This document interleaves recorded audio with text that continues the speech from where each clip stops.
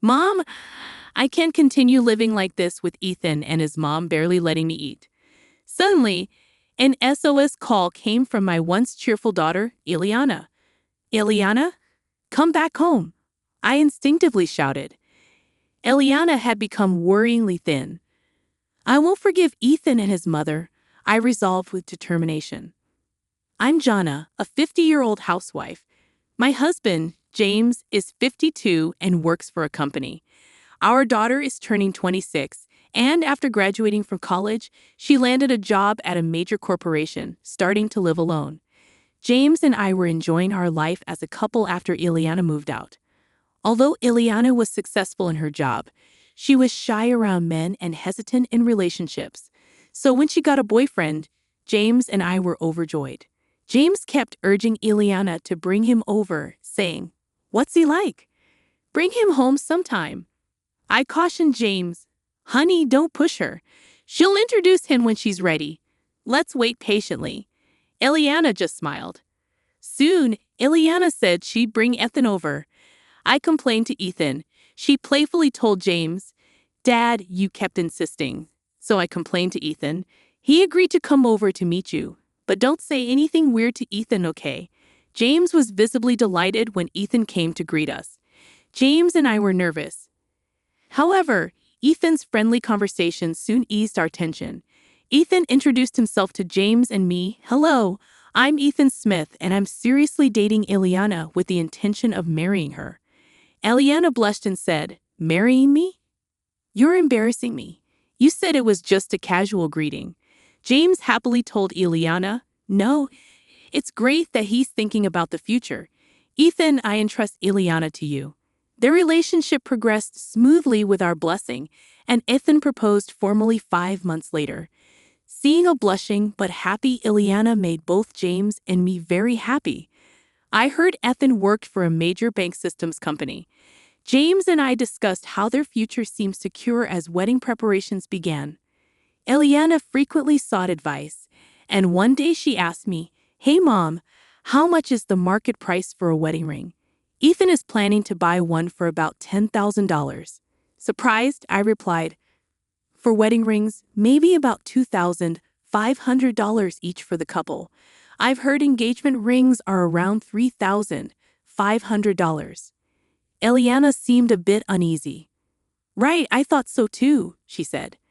After asking around and reading magazines, I felt Ethan's sense of money was odd. However, when Eliana said, "Ethan insists it's a once-in-a-lifetime thing and wants me to have something nice," I conveniently interpreted it as Ethan wanting to give her a special gift. After some time, the two moved out of their bachelor's residence and into a condominium in New York. The area was very expensive but very convenient for commuting.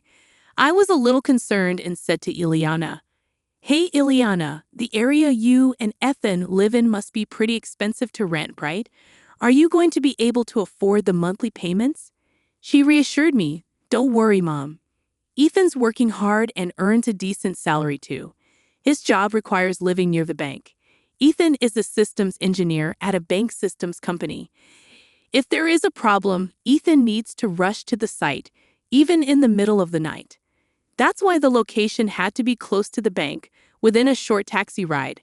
Apparently, Ethan's company gives a substantial housing allowance, so we're fine." "Don't worry, Mom." Not fully understanding the company's situation, I nodded. I simply accepted it as the way things were. Months passed, and I invited Eliana for lunch before her marriage. Eliana and I used to frequently enjoy lunch outings together. However, after her marriage, when I extended the invitation, she often declined, citing work commitments or prior plans. James suggested that perhaps she was just busy with her new married life, but it didn't feel like Eliana was simply occupied.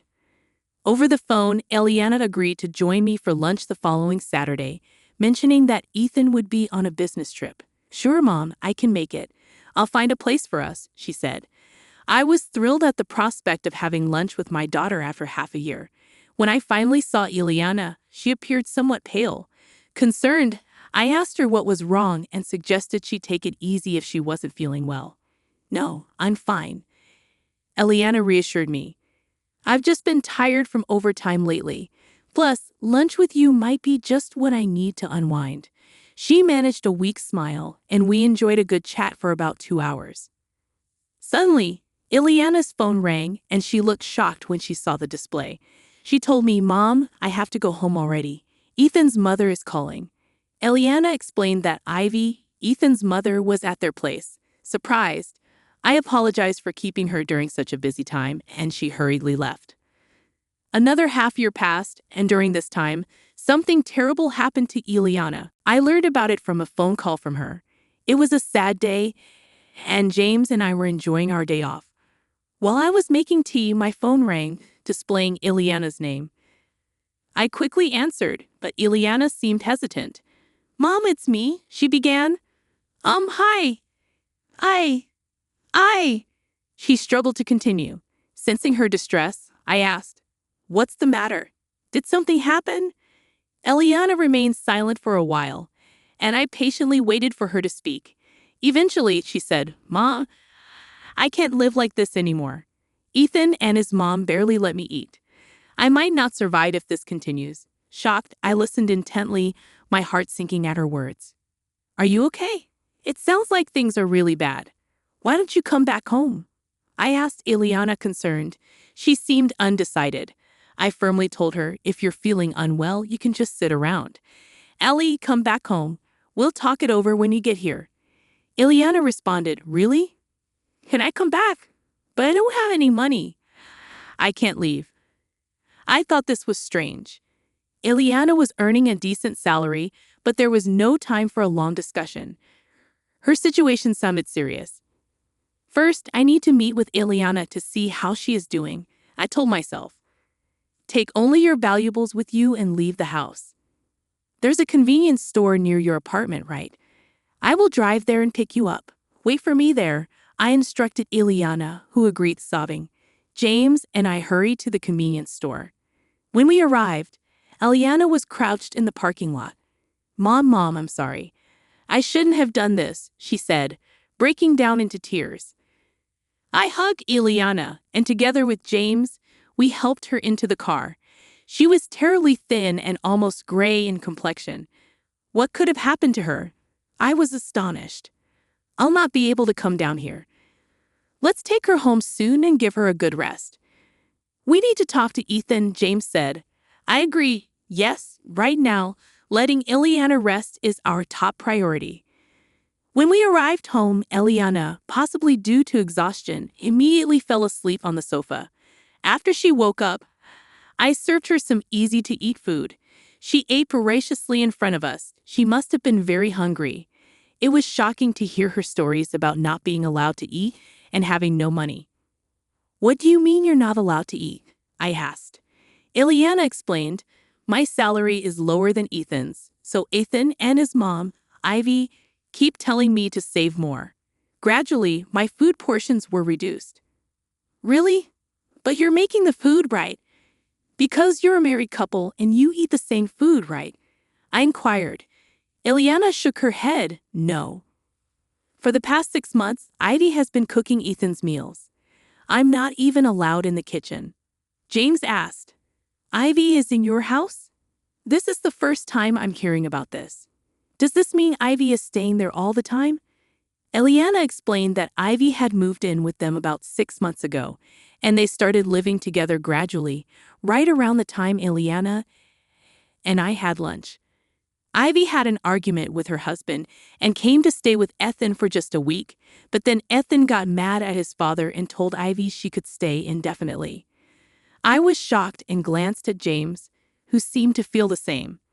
Eliana continued, "Since then, Ivy has been criticizing my budgeting, saying it's all wrong and that I can't manage money at all. After Ivy criticized the budget, she took control of the household finances. Moreover, Ethan did not oppose Ivy at all and instead joined her in blaming me. Now I'm controlling Ethan's and my entire salary," Eliana said. Ivy saw Eliana's pay slip and demanded she work more, including overtime, Eliana told us. Ethan also told Eliana, "Yes, that's right. I agree with more overtime. It's nice to have my mom doing the housework. You're lucky, Eliana." Ivy scrutinized Eliana's pay slips, always looking for unnecessary expenses. Eventually, she found something else to criticize: the cafeteria deductions. Eliana's company has a cafeteria, and lunch costs are deducted from her salary. Ivy told Eliana, "You're spending too much on lunch. I'll make you a lunchbox from now on. Stop eating at the cafeteria." Eliana's attempts to argue were met with attacks from both Ivy and Ethan, I added. Whenever I try to speak up, Ivy and Ethan gang up on me. It never ends up being a calm discussion, Eliana confided. My thoughts are suppressed by Ivy and Ethan.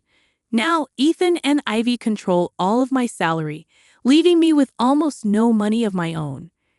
When I wanted to go to the hair salon, Ivy called it extravagant and reluctantly gave me money. Ivy also complained about my makeup being too expensive, telling me to buy cheaper products. Eliana can't even buy new clothes. But Ivy never complains about Ethan's spending. Ethan seems to spend money lavishly. Eliana began to sob as she recalled these painful events.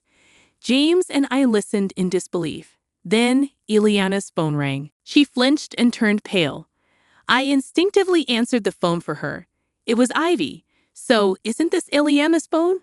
Why is Johnny answering?" Ivy asked.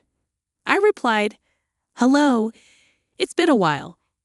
Eliana is not feeling well. I can talk to you on her behalf." Ivy said, "Is that so? Well, all right. Could you tell Eliana to come back home soon?" I replied, "Unfortunately, I can't do that. Eliana is unwell. She'll stay here until she recovers." Ivy retorted, "You're coddling her too much. As a mother, you should educate her properly. She can't manage a budget or do household chores. It's always one problem after another." Struggling to find the right words, I remained silent. Then Ivy changed the topic, asking, "So, Eliana will be commuting to work from your home?" I replied, "Yes, considering her health. We'll need to discuss this with her company, but for now, she'll be commuting from here." Ivy then said, "Please tell Eliana to return as soon as she's well." I responded, "Excuse me, Ivy, but I think it's necessary for us, including Ethan, to have a discussion about the future living arrangements." Ivy snorted and said, "Fine, we can talk anytime," before hanging up. I couldn't understand why Ivy was so confident, but at least Eliana was safe for now. We needed to focus on her health, feelings, and plan our next steps. That night, after Eliana went to sleep, James and I discussed the situation. The next day, Eliana was examined at a hospital. As expected, she was underweight and not sleeping well. After talking with her, we decided she should take a leave of absence from work. She enjoyed my cooking, saying it was delicious. I asked her, "What were you eating while living with Ethan? What kind of meals did Ivy prepare for you?" Eliana said, "My mother-in-law only cooks for Ethan and herself. I always had bread ends from a local bakery. They sell bread ends very cheaply. That's what I used to eat." I was shocked. Eliana had been deprived of proper meals, while Ivy and Ethan ate normally, just bread ends. "Since when? What about your lunchbox? Didn't Ivy prepare that too?" I asked. Eliana replied, "I should have been stopped from eating at the company cafeteria by Ivy since 3 months ago. My lunchbox was just bread ends in a container." Feeling embarrassed, I resorted to eating secretly in the break room when no one was around. Eliana confided that Ivy would taunt her about not earning as much as Ethan, insinuating that with her salary, bread ends were all she deserved. She had been surviving on just bread ends for 3 months. I was shocked, and James, who overheard everything, couldn't hide his surprise. Eliana, tired from sharing, lay down to rest. James expressed concern. "This is serious. We need to investigate further. If Ethan or Ivy calls again, give me some time to gather more information." I agreed. "Yes, I think this is going too far." James and I began looking into Eliana's circumstances. I started by calling her work colleague, who mentioned that recently, Eliana had been doing a lot of overtime and looked pale. She often declined after-work drinks, citing her husband and meal as reasons. James also spoke to Eliana's boss, who commented, "I've been concerned about Eliana lately because she's been doing too much overtime. She seemed desperate to work. Eliana is so conscientious. Maybe she's been pushing herself too hard. I hope she recovers soon and comes back to us." Thanks to her boss's initiative, Eliana was granted sickness allowance by her company. It was 2/3 of her salary, and we were grateful to receive it. We decided to have the sickness allowance paid into a different account from her usual salary account. 2 weeks after Eliana returned home, Ethan called. He insisted that Eliana should be well by now. When I looked at James, he answered the phone. James humbly requested Ethan, "Eliana is not fully recovered yet. Please let her rest for another week." Ethan told James over the phone, "I guess there's no choice. Just one more week, okay?" And then hung up. I protested to James, "But she needs at least 3 more weeks to recover, and we don't know what they'll do to her if she goes back." James reassured me, "Don't worry. We won't stick to the 1-week timeline.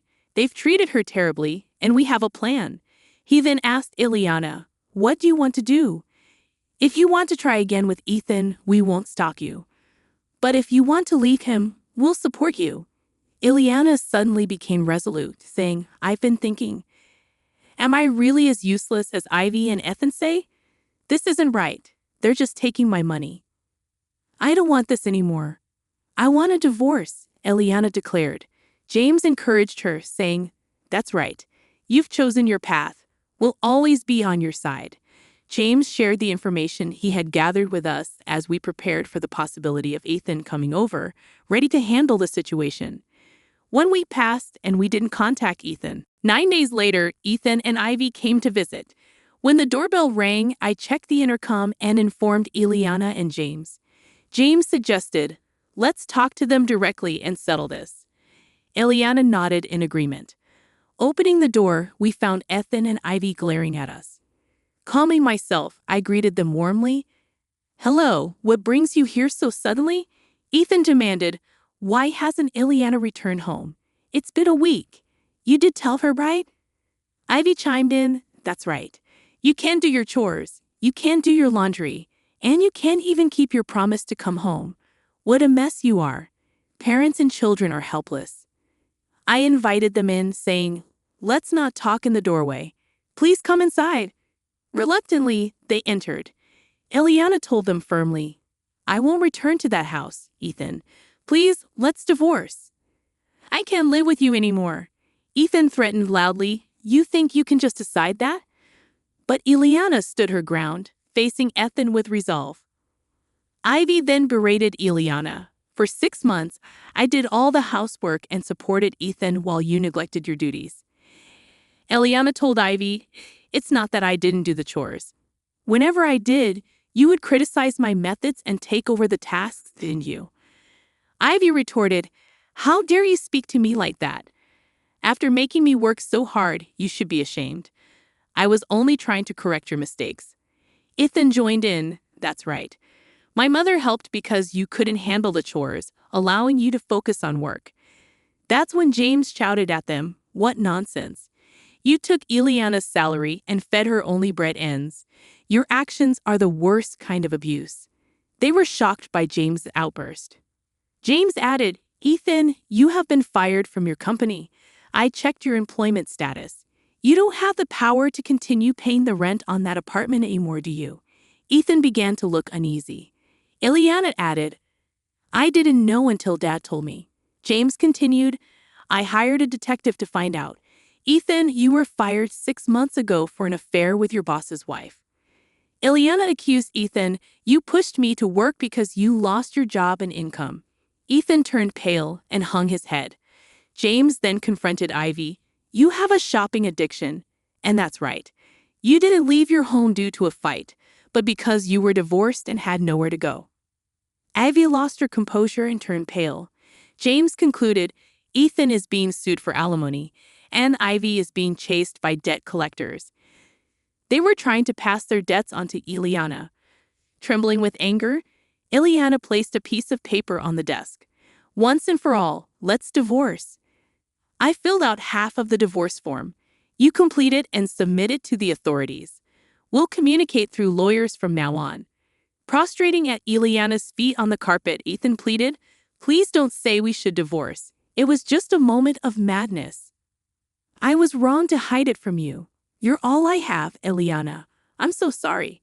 Please forgive me," Ethan pleaded, while Ivy, also appealing to Eliana, cried, "I did all the housework and took care of everything, didn't I? I'm sorry. Please come back. I'll keep doing the chores." Eliana, looking at Ethan and Ivy coldly, said, "I'm fed up. Who would want to start over with you two? You hid what you did and exploited my salary. I don't want to see your faces." Ethan and Ivy were unable to move from their spot, crying inconsolably. James sternly told them, "The conversation is over. It's time for you to leave. If you don't, we have our ways to deal with it." Reluctantly, Ethan and Ivy stood up and left our home defeated. Afterward, with a lawyer's help, Eliana and Ethan officially divorced. Of course, we filed for alimony from Ethan. In addition to hiding his affair, we also added the fact that Ethan did not provide adequate meals to Eliana in the alimony claim. We had a doctor's diagnosis, which served as conclusive evidence against Ethan. Ethan had to move out of the apartment and live in a cheaper one with Ivy. Now he works day and night to pay the alimony to Eliana, and Ivy, not working, has become the target of Ethan's anger, and they constantly fight. Our lawyer informed us about Ethan and Ivy's current situation. Eliana fully recovered and returned to work. She seems to be enjoying her work more than ever. She apologized to me and James, saying, "I'm sorry for being a divorcee and coming back home. Thank you for all your help with the divorce. I'll be staying here for a while." I hugged her, saying, "Divorce doesn't matter. The fact that you're alive and well is all that matters to us." James added, "Don't overdo it. You're a hard worker, and sometimes you keep things to yourself too much." Eliana admitted, "I should have talked to you both sooner. I tried to handle too much on my own." Seeing Eliana's smile return was truly heartwarming, and James, who stood by us and fought against Ethan and Ivy, proved to be incredibly reliable. I fell for him all over again. When I told him, he joked, "Then how about showing your gratitude with food? Make my favorite pork cutlets tonight as a family. We've overcome difficulties and will surely face more in the future. But with James and Eliana by my side, I want to support each other as a family."